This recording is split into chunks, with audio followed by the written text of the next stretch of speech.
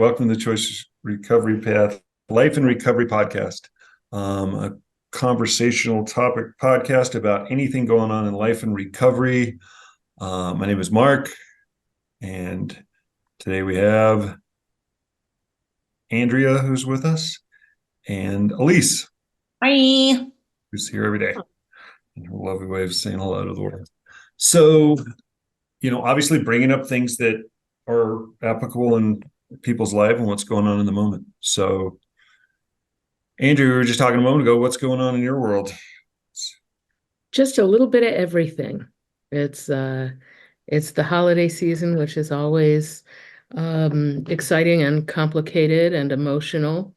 And and I'm getting ready to move after 9 years of a really incredible journey in this house. And I've fallen for somebody, and we're starting a life in a new home together.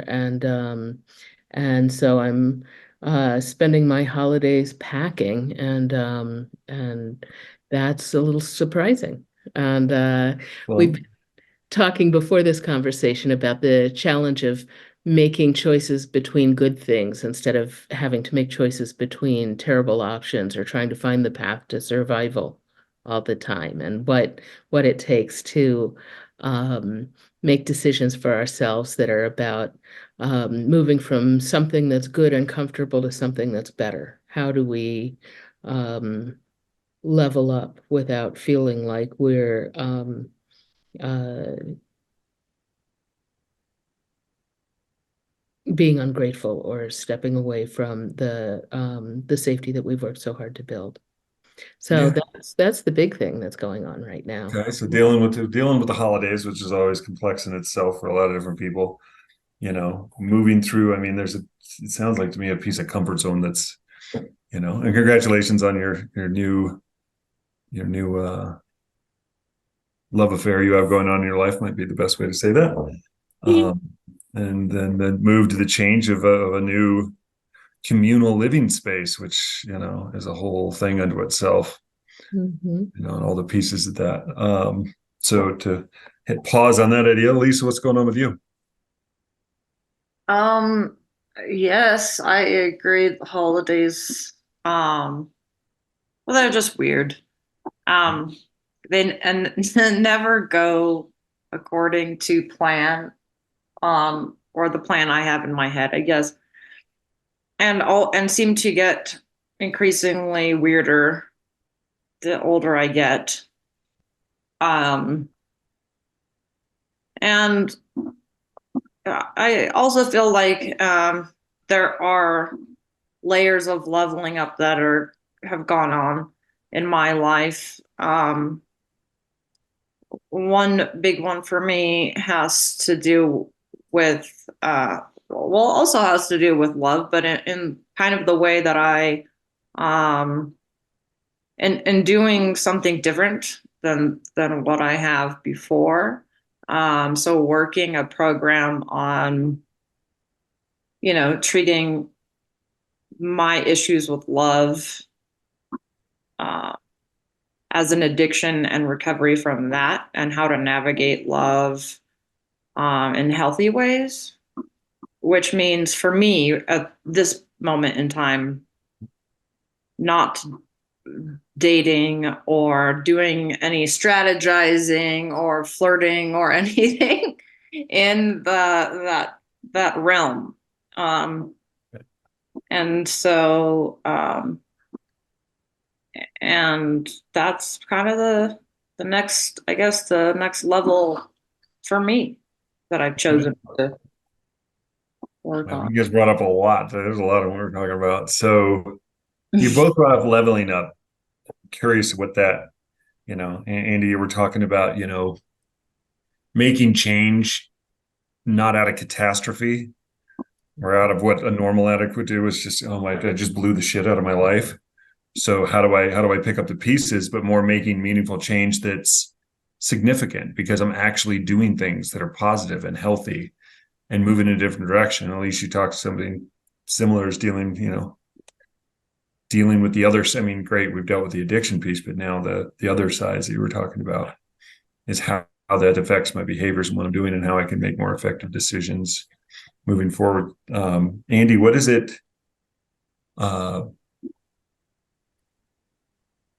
I mean, what does it mean to you to make decisions based on, you know, a positive outcome, you're like a better or a more uplifting positive outcome you're trying to create as opposed to, you know, doom. I mean, that What sounds you two know that your listeners probably don't is that this house has been a sanctuary for me and for a lot of people.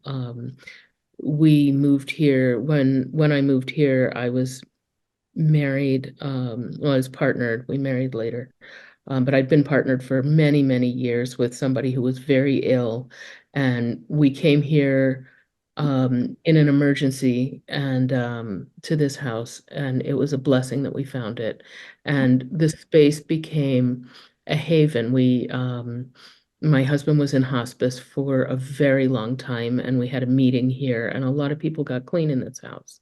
And a lot of people came here and hung out and spent time and sat with us and prayed with us and made this space really beautiful. And it feels wonderful in this house all the time. It is a sanctified space, and I'm really blessed to have had this. And I have the best landlord in the world, which is really a weird thing to say. But it's been 9 years that I've been here, and Shannon's been gone for 5 of those. And I did another round as a caregiver for another friend last year, and he passed in May. And this house is as beautiful as it is and as safe as it feels to me is full of ghosts. And it's a place where a lot of struggle has happened.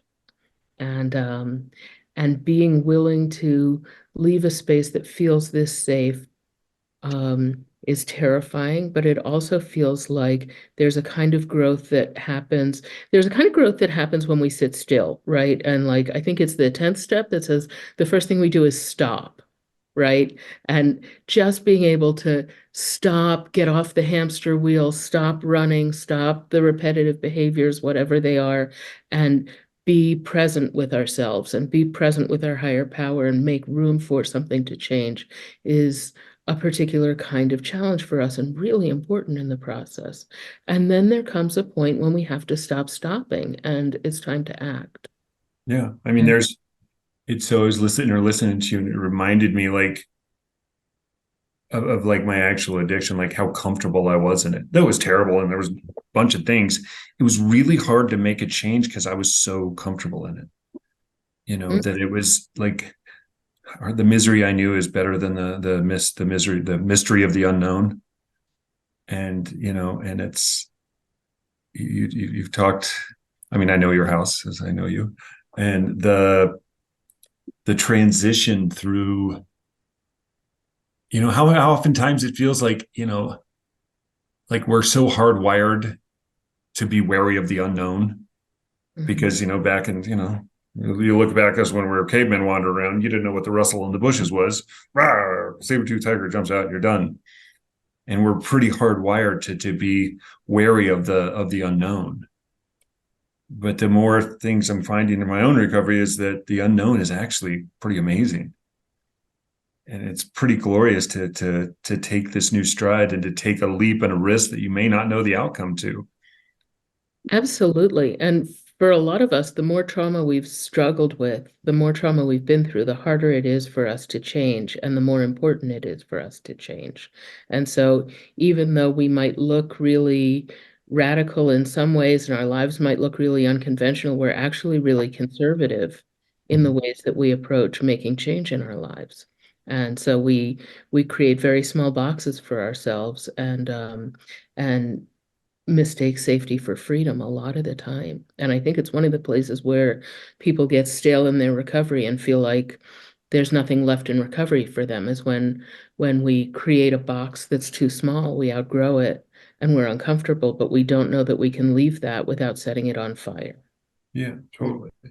I don't know how to change my life without the A bomb that blew it up, and I pick up the pieces as they come falling back to earth.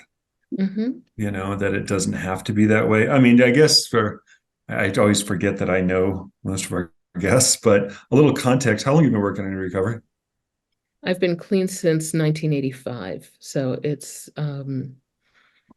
38 years that I've been on this journey. Okay. And looking at, I mean, it's a mind-boggling amount of time to most to most people. It's still, it is, but it's just, but the what has been something that's been consistent from day one to year 38? Like what has consistently been like if you had to list your top two or three things that have been, you know, just the ride or die I do no matter what that has helped you, what would they be? Meetings. Okay. Meetings are consistent. Having um, people in my life who I trust, who are on this path in some way. How'd you And learn how to do that?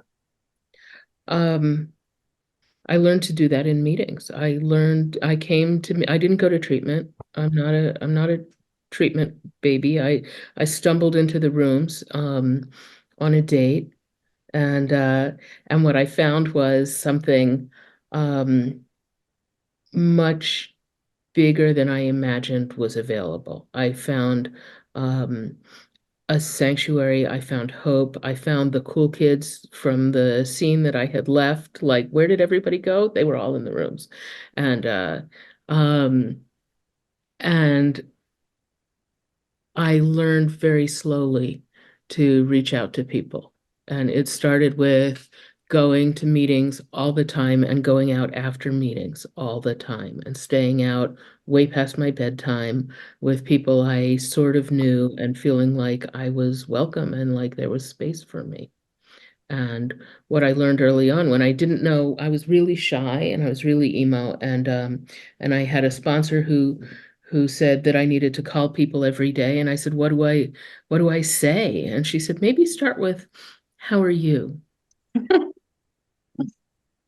And what I learned was that if I just started by reaching out and caring about other people, the intimacy would grow and I would find the people that I connected with and who made sense to me and to whom I made sense, right? Because I'm kind of a weirdo. It took a while to find the people I made sense to.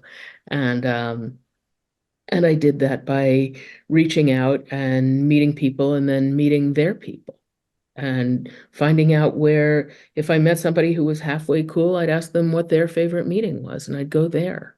And that was true when I moved too. Each time I moved, I'd find somebody, I'd ask them for their favorite meeting. I'd go there, I'd meet somebody and ask them for their favorite meeting until I found the places where I fit. Because Okay. there's a lot of choices and they're not, they don't have to be wrong to not be right for me. I had to look around to find the places where things started to make sense for me. Okay. Elise, you were bringing up earlier, uh, did you put it, that you were raising your game? What does that mean? Raising your game, how? Um, I guess the beauty, but also annoying thing about recovery is like the more awareness you practice, the more things you notice, and the more shit there is to look at. um, and so for me, like, I have to choose to like, okay, let's look at it then, because what else are we gonna do? Sit here? Which I do, believe me, I do. I like to sit in my shit every once in a while. Um, but I noticed that it's not, we were talking about sort of like, well, when I started my recovery journey, it was very much like everything was very desperate and I was out of all options. And interestingly enough, one of my one of my gifts in the desperation was this house we've so lovingly been speaking of. That was a sanctuary for me as well. But there's like I I do some work, like let's say I see my counselor, or I talk to my sponsor, or I do some writing on some step, and something comes up for me, and I'm like, oh, and it's kind of like I've always known it's there maybe, but like it sort of got the lights turned on it, and now I can see like the textures and the colors and the outlines, and I'm like, oh God, we have to deal with that now. And so instead of being like waiting for, I've had some, yeah, some very huge monumental chaos moments in recovery too, but I'm more likely to like change. Like, I don't know, I'm thinking like maybe my tolerance has changed, like of just like what I'm willing to allow before I change. Like I'll sit in my shit, but it's not that long compared to where it used to be before. I'm like, okay, let's switch up the game, as in like, oh, this has been causing a problem. Let's move on it now and be a little proactive about it. And maybe that's because I know the gifts of recovery.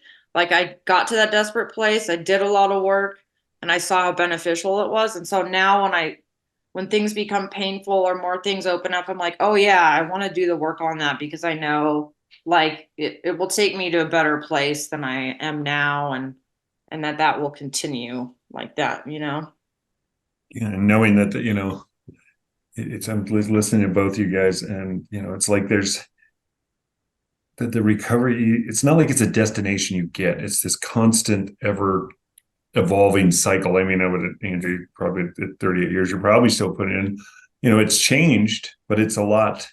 It's still effort. It's still compassion. Like I was talking to somebody yesterday, and he was like, there was, well, 2 days ago, and he was like, when does it get better? And I was just like, he was talking about early recovery, that it feels really hard and messy. He's like, when does it get better? And I was just like, I don't know if it gets better, or he's like, no, when does it get easier? That's what he asked. When does it get easier? And I was like, I don't know if it gets easier, but it does get better. Like the reality of how I deal with things, like there's still shit in my life. Things still happen regular as clockwork. But how I deal with it gets better. How I show up is much, much more stable, much more solid. And then I was thinking about it. The other thing is I don't stir the pot as much as I used to. I don't get in there and just draw up a bunch of bullshit in my life and create all this chaos and drama and crap the way I used to. I'm not the human wrecking ball that used to come through your life on a regular basis.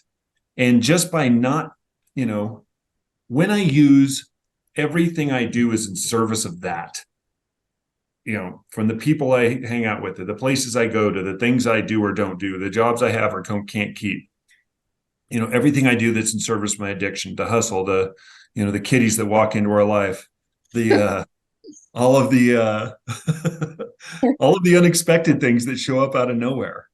Um, when I'm not, when I'm living a life that's in service of who I want to be now, and not in service of how I'm going to use or get high, the pieces of my life get much more stable. Like it's not as chaotic. I'm not causing drama. I'm not hurting others. I'm not, stealing from people. I'm not doing all the shady shit I used to do, And to me, it was like, it's almost like when I'm making decisions based on who I want to be now, it's almost like it puts guardrails on your life, on what you do. Now, I don't need to know where I'm going. I may bounce around in the lane a little bit, but generally it takes me in a direction that's much more positive and much more uplifting.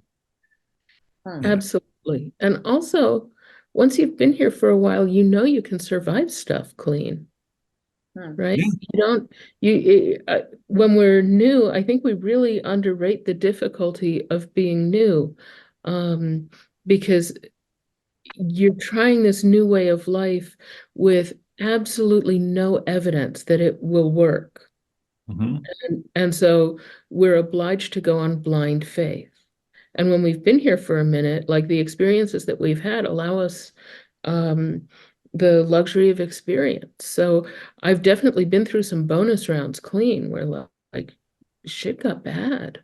But uh but I knew I could get through it clean, and I knew that the tools would work, and I knew that that I would be okay even if it wasn't okay.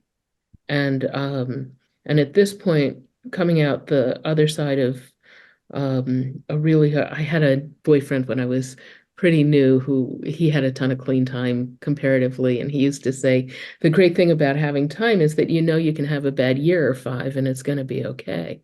And and I came out of a really bad decade, and there had been a lot of loss and a lot of trauma in recovery. And what I came out of that with was the understanding that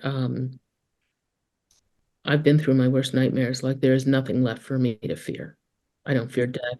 I don't fear loss. I don't fear, right? And so that allows me, that's a superpower, right? And when we're new, we don't have that, right? So part of it is that we're, like you said, we have guardrails and we can be driven by our values in a particular direction. But part of it is that we can be fueled by the knowledge that as long as we're moving, there can be progress. As long as we're at this thing, as long as we're trying, it can get better.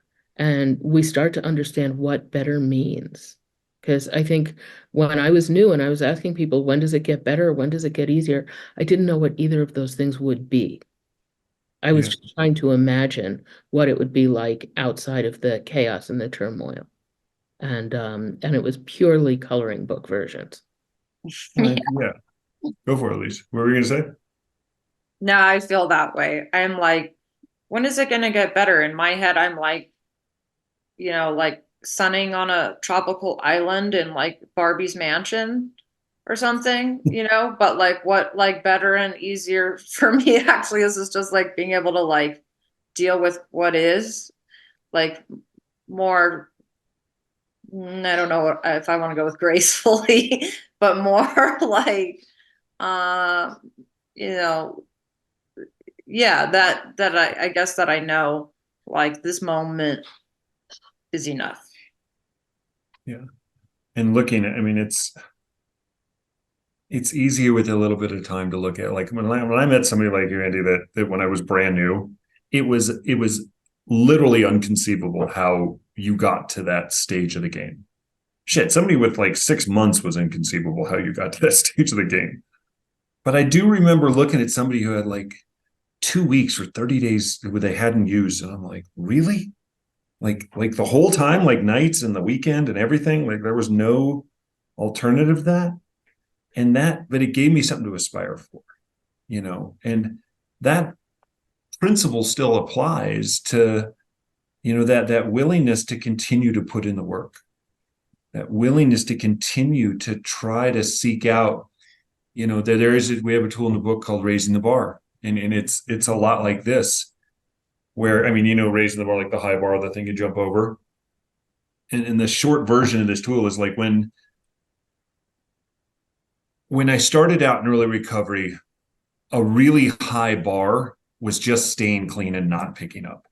That was a monumental, like I was like, wow, like never, don't pick up anything. And it was like, oh, I don't know, that's a lot.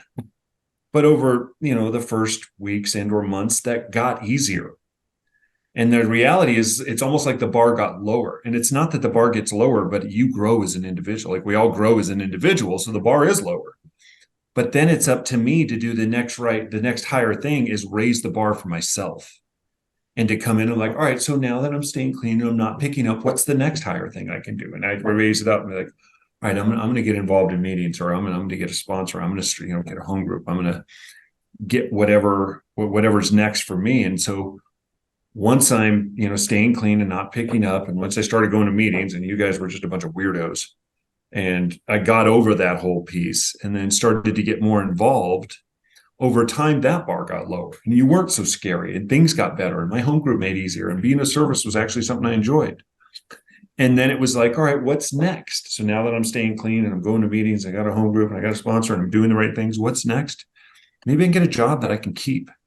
maybe I can get something that I can aspire for, and then you do that. And then, I'm staying clean. I'm not picking up and going to meetings. I got a job, and then I can start looking at maybe the relationships in my life, having some, I don't mean an intimate relationship, but maybe looking at my personal relationships with people, my family, the people close to me, having healthier communication with people that, I get along with, like actual healthy friends that, our whole existence isn't just transactional, where we actually support each other, and having healthy people in my life.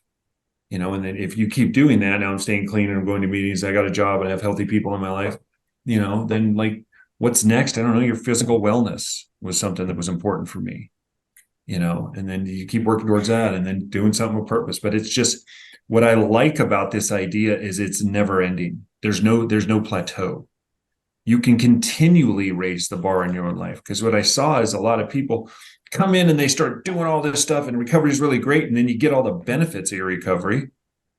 And then starts the slow plateau where people are like, what? Everything's really good. I don't need that recovery shit so much anymore. And then just starts the slow descent to where you're heading back to where you came from. And I was really not wanting that to happen. So I was just trying to think, the idea of raising the bar is that that's a continual process that you can do forever at any stage of the game. Absolutely. Absolutely. And I'm going to say safety is a trap for us. That the ways that the things that feel safe in early recovery are not the things that will serve us long term. And the things that feel safe in one phase of my life don't serve me later. Like I need to be ready to change. But I also want to say that like I was on that raising the bar path when I was new, but it wasn't seamless. And like I got fired from jobs more my first 2 years than I ever did when I was using. I could not focus and I couldn't hold a job when I was new. And so while that bar wasn't raising, I was doing a ton of service in the rooms and I went back to school and I started getting trained to think differently and I started learning how to concentrate and I started learning how to focus. And the bar raised for me over here because I was doing the work over here. And when I couldn't get over a hurdle, instead of running up against that hurdle over and over again, I got willing to just go ahead and try something different. And Can I and ask you something? Oh, yeah, sorry. Go ahead. go ahead. I want to back up. Like you said a second ago, what feels safe may not actually be best, or you said something to that effect. Can you give me an example? What does that mean? Um, so I had a couple of years clean and I was working in a minimum wage job and I was in a relationship that wasn't great, but it was okay. And I was going to a ton of meetings and it it was working in some ways. But I was 21 or 22 and I was bored and bored is dangerous for me. And if I stayed in that job, in that town, in that relationship, where I was going was really obvious to me. I was going straight to the wall. Like the thing that scared me more when I was new than jails, institutions, and death or that stuff was like ending up in some lame ass marriage and some lame ass job, like just doing the same thing all the time, right? And bored will get me high, it'll get me into impulsive behavior, it'll get me acting out faster than anything else, faster than catastrophe will. And so part of the challenge is being willing to keep it fresh and take a risk and do something different. Because the only way that I'm going to get something different is to do something different.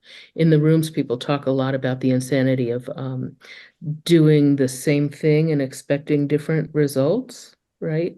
But we get into a pattern in recovery sometimes where we're doing different things and we expect the same results. And we don't allow ourselves the possibility that our lives could actually be way different than we ever dreamed.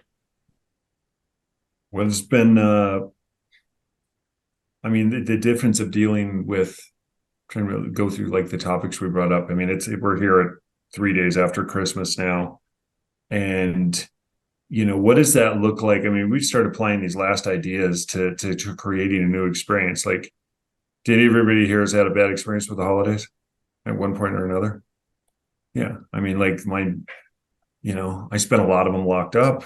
I remember it's funny. I went and talked to a friend of mine in Denver when I was up there for the holidays, seeing family, because I can actually travel and do those things now with no consequence. Well, it's still family, but and I didn't have anything to do on Christmas. And I'm like, hey, where's our meeting in town? He's like, well, we're going to do H&I, so why don't you come with me? I was like, okay. So my partner and I went and did that, and we went to a detox in downtown Denver with people that are literally just brand new, like barely like, well, they're in a detox, so that whole stage of the thing, and just how bummed out they felt about this. But the reality is how do you change all of those new experience those type of experiences into ones that you can do that you were actually grateful for, or dealing with the holidays in general, of seeing a different outcome and a different experience. Because I think a lot of people struggle with the holidays, like in a big way. Like I'll never forget a couple Christmases ago before my mom passed. She was just like, Mark, you know what the best thing about this Christmas? I mean, there was a long time when I couldn't leave the state because the governor liked me too much and wouldn't let me leave. And, you know, she was like, you know what the best thing about Christmas is? And I expected to hear some story about my nieces or something like that. I don't have to listen to your bullshit reason why you're not going to be here. And I was like, it sucks, but so true. So what is helping you guys get through this holiday season? It's these harder times of year when things may feel uncomfortable, and may not be what you expected, or may not have. I don't know. What's helpful?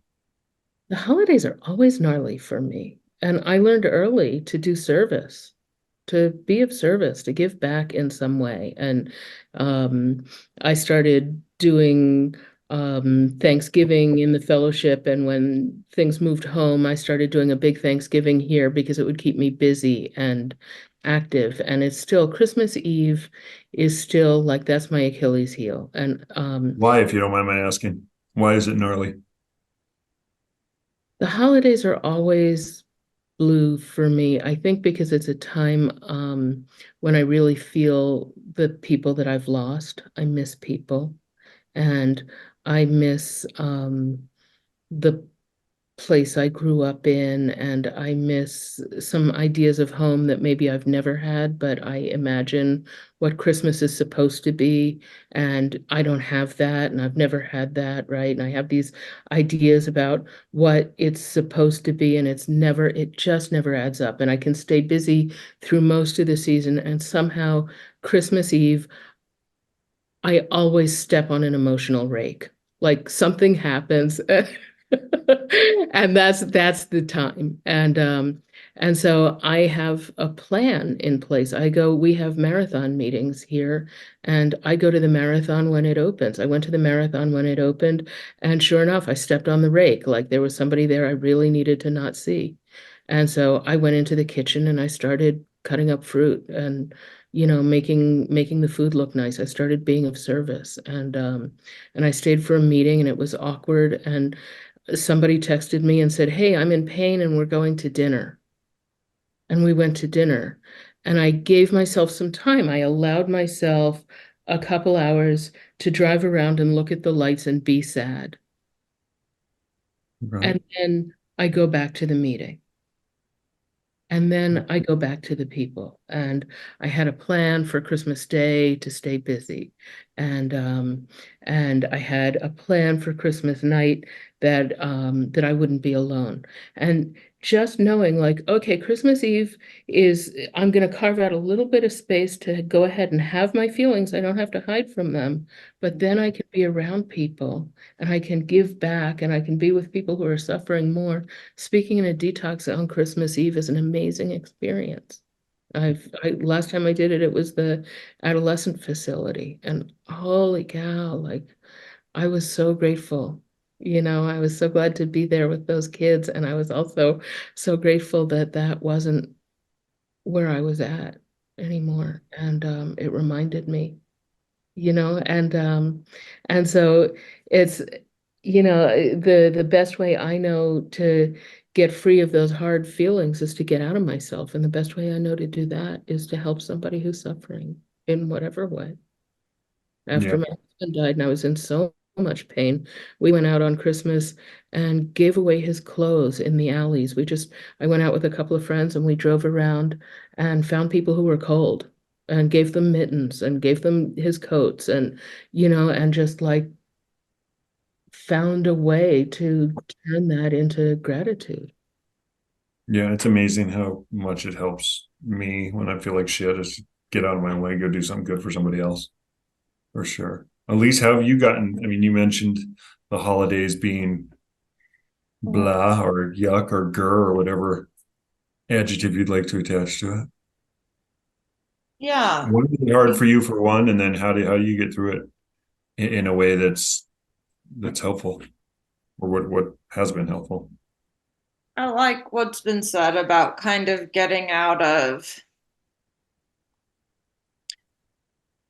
maybe just the perspective of what it should be or what I'd like it to be. Like just letting it be whatever it is, first of all, is always helpful for me. Like there doesn't need to be presents, there doesn't need to be a tree. I don't have to, get to a certain place at a certain time or go to a certain party. And like none of that really matters. And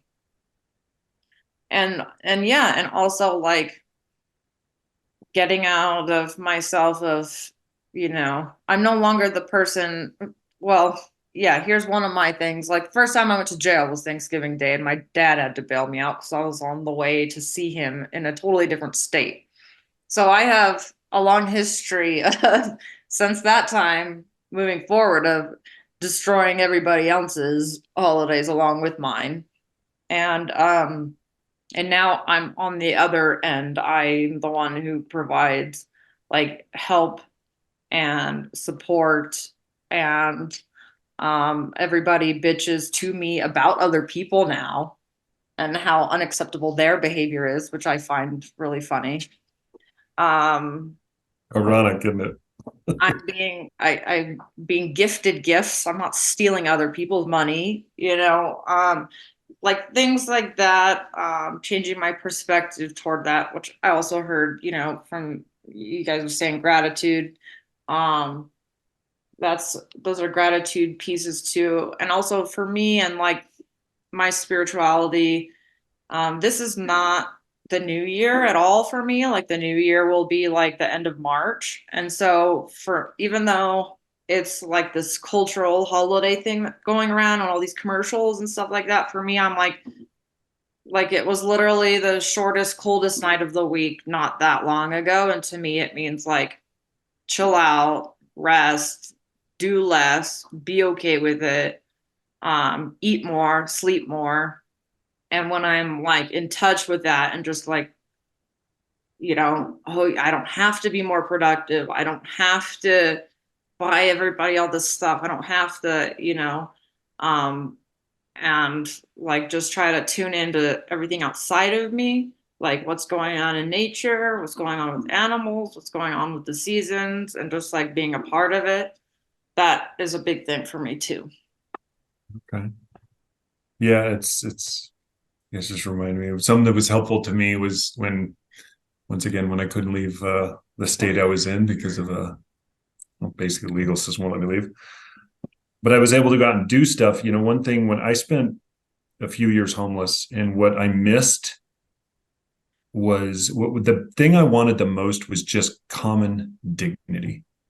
The reality, like when you pull up to a street sign and somebody's there flying a sign, and everybody just looks away, or they don't actually just see you for another human being having a human problem, a human condition. And so I started getting, granted, I made some sandwiches, and then I remember hearing about this lady who started a thing where they were writing letters to just people. And so I made a bunch of sandwiches and then some snacks, and I went out and got a bunch of little cheesy cards, like Chris holiday cards, and put a stamped envelope went a pin in there and just would go out and sit with people. And I'd sit down next to them and they'd be like, what are you doing? What do you want? And I'm like, nothing, dude. I'm just saying, hey, you want a sandwich? And just talk to people about whatever. Granted, most of my conversations lean towards, you don't have to be out here. There's another way to do things if you want. But the other side was just like, dude, there's something to eat in here, but there's also a stamped envelope. Someone cares that you're alive, and they probably haven't heard from you in a long time. Write to them. There's a pen, there's an envelope, there's a stamp. Put it in there. Let somebody know, because I do remember, like, when my mom, people even nationally would probably understand this, but when you hear about the news in New Mexico, generally you think you hear mostly, I'm not trying to be cliche, but you hear one thing, and it's not, there's a lot of crime and a lot of things that are not healthy. And, nothing against New Mexico. I love the state, but I didn't realize what it was like for my mom when she sat in Colorado every single time she saw the news, to sit there and go like, oh my God, is that Mark? Oh my God, is that him? And that feeling like that. And to just, because I wouldn't reach out, and she just didn't even know where I was at and what I was doing. And just to tell somebody, hey, I'm still here, matters a lot. And a lot, whether people actually did it or not, I'm not sure, but it sure the fuck helped me feel a lot better getting through those hard times by doing something good for somebody else. It was really, it felt good to know that I'm making an effort, whether it worked or not, whether it did anything or not, to just see somebody else with some human dignity and kindness, helped a lot.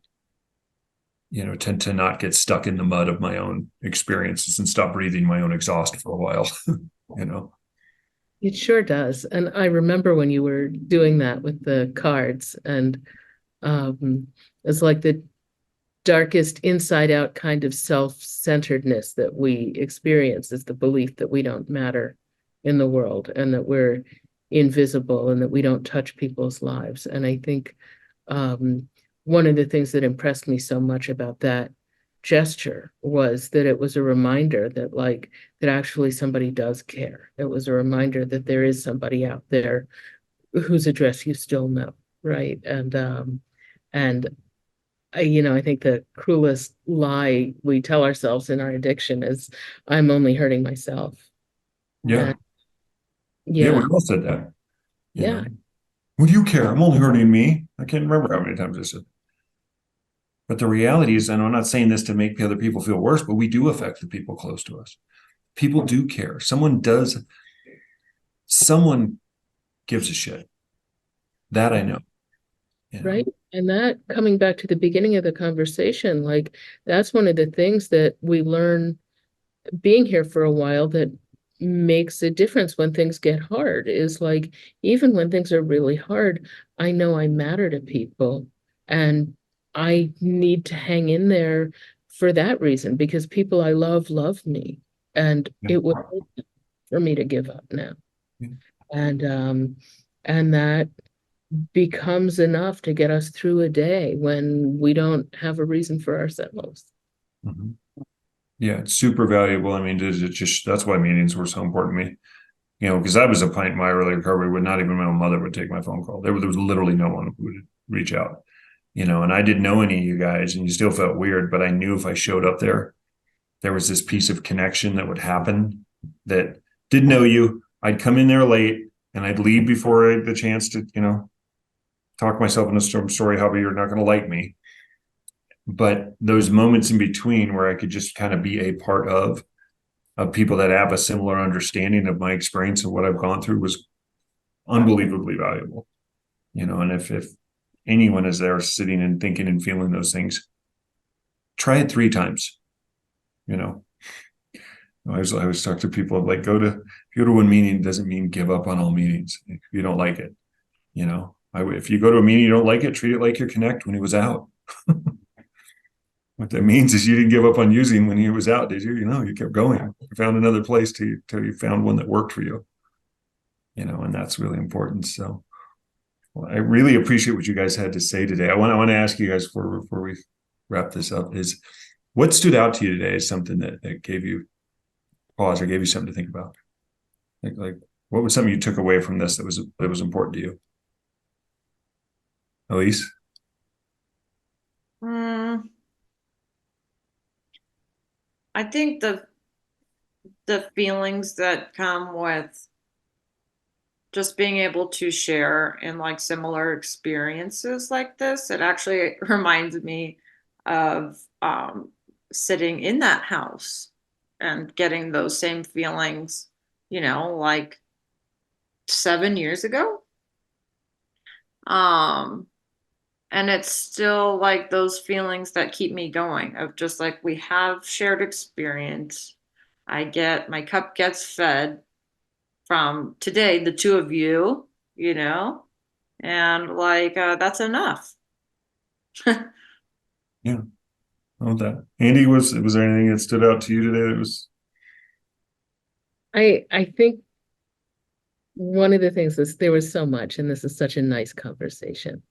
Um, but I think one of the things that I'm really getting is that wherever we're at in our recovery, it gets better. We can get better, and there's work to do, but that doesn't mean that it's just hard work all the time. It's not just a slog. That work can look like joy and connection and intimacy and hope and presence and gratitude and so it doesn't have to be um like hard labor to do the work of recovery. yeah, for sure. I mean, I think the one thing you guys said that stood out to me is the fact that, I don't have to wait for catastrophe to make some meaningful changes. I can change as things are getting that things are good to make them actually better. That I can, that what you talked about, like you're comfortable, you're in your place, everything's great, but it doesn't mean it can't be better. It doesn't mean I can't improve on that, you know. And so I really appreciate you guys taking the time to sit and talk today. If this was valuable to anybody else out there, you can find this conversation and others like it at Choice Recovery Path on YouTube, soon to be on some of the podcast streaming services in the near future. And if this was helpful to you, please share it with somebody that was helpful for. And I really appreciate you guys' time today. Thank you guys so much. Have a beautiful new year and look forward to talking to you soon. Thanks so much, Mark and Elise. Thanks. E- Bye, Elise.